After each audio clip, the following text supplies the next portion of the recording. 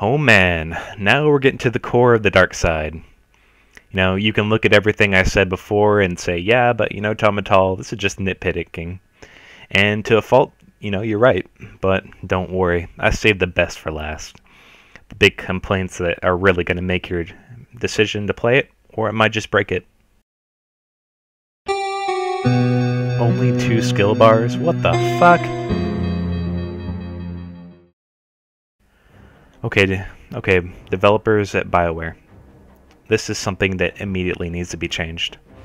It's fine up until your early 20s where the amount of skills you have will consume, no more than 2 bars, but after that, you're going to have to start picking and choosing which skills to drop and which skills are most helpful to use. And, having to keep track of that, it's a fucking frustration. It's not like you can just keep your skills window open and have to go through, the 4 or 5 tabs in each class to be able to figure out which ones are going to use in combat. It doesn't work like that. This ruins higher level gameplay and it needs to be addressed. You cannot optimally play this game with this shit going on. I don't need the luxuries of all 6 bars going on here, but come on, this is ridiculous. Give us a few more, and until that, when you get to level 40, level 50, it's pretty much unplayable at this point. You have to either buy the bars or you're stuck. So, hopefully this gets addressed soon.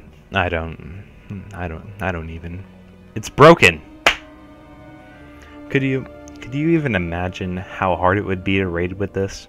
With only these 2 skills right here? You have this bar and you can't even access half your class skills. Man, this needs to be addressed. Restrictions to PvP, PvE, and looting. To top it off, you can't even access raids without paying for a weekly pass or without subscribing. I'm sorry to flat out say it, guys, but this is gonna ruin a lot of people's experiences and their hopes to come into an MMORPG and just do the top level dungeons and raids. I mean, you can pay for it later after trying the game out, leveling it up, but as it is, that's about it. Also, you can only do 3 player versus player war zones a week, and in a dungeon, you're only limited to the 3 final boss loot drops per week. Combined with not being able to equip purple gear, which is some of the best gear in the game, without buying a license in the store or subscribing, this means that you're going to have a hard time in gearing yourself out. It's complete shit for the players that went through the effort of getting this gear, and you just make it unable to be used. You have to buy a license. That is seriously dirty pool right there. Not only is it bad for the free-to-play players, it's also bad for a lot of the subscribers to the game that they complain about lack of content. You could at least give them something else to do, something besides the same tired dungeons they've been running through since launch.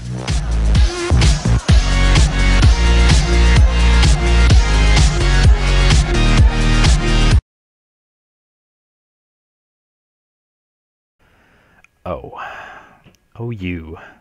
That is not what I mean. Right now, it's a sad state of affairs that may get better as updates go on.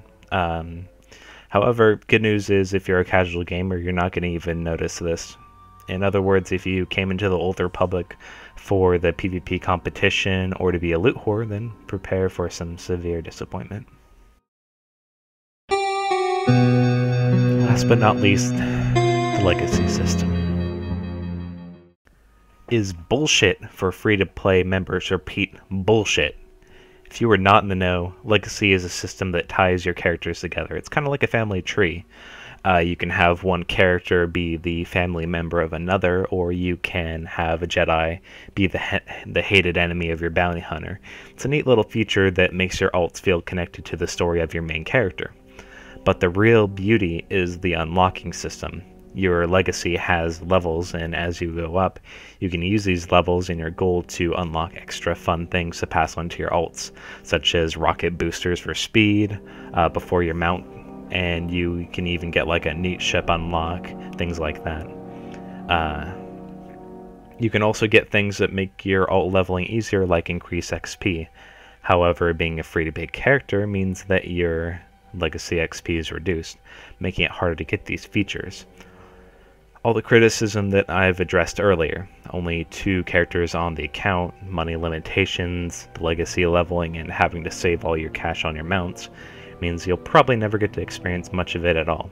It's truly a disappointment since when you get to level 10, the eye candy, it's just sitting there, it's begging you to use it. And even if you level up and you save for twice as long as the subscribers, you're never gonna never get it. Much less you're never gonna have the characters to enjoy it with. So you can only create one alt, so what's the point, right? What's the point? Those last points are fundamentally wrong to the long-term enjoyment of the game. It's the same issue I have with free-to-play games that have super uber-like items that you can only buy in the cash shop. Games like Old Republic and Guild Wars 2 do cash shops right at points. The key is to give the paying customer rewards but make them not negatively impact the free paying member. Taking away huge features and downsizing their experience while giving the subscriber everything is flat out wrong. It makes people unhappy, and more importantly, it splits up your community. I don't mind having to grind 10 times as much or watch advertisements to access something that subscribers right away they get just by paying. Just give me that option. Let me have access to that epic gear. And I'll just say it, the dilemma here is that I feel you should just reward your subscribers more and not limit the free-to-play community. Sure, it's a tightrope act that requires thought, but to succeed I feel like it's necessary for Old Republic. At the moment, it's leaning more towards bogging down the free-to-play experience, instead of making the awesome content that the subscribers need to continue paying every month. Any other design philosophy just makes me feel like you're spiting the other people's experience and makes you seem like assholes. You might as well just have subscribers only if you won't play ball and cater to the others too. Oh. Okay, I'm done ranting now. I feel much better. I feel like, the error has been lifted, and, I kind of feel bad now. Maybe things aren't so bad with the game, but what can I do now, I've already bitched. The evil Sith, he can't go back to light side once a choice has been made, once you've went down that dark road, and maybe I just need to redeem myself for all the criticism I've made here. Because I hear BioWare has a few counterpoint adjustments to the free-to-play model that's going to be coming up in the near future. Will it make any difference in how I feel about all the negative points? Hell, I don't know, I haven't made the video yet. And as before, I'd like to say thank you for watching. I appreciate your comments, your thumb ups, and please subscribe if you've enjoyed and you want to see more.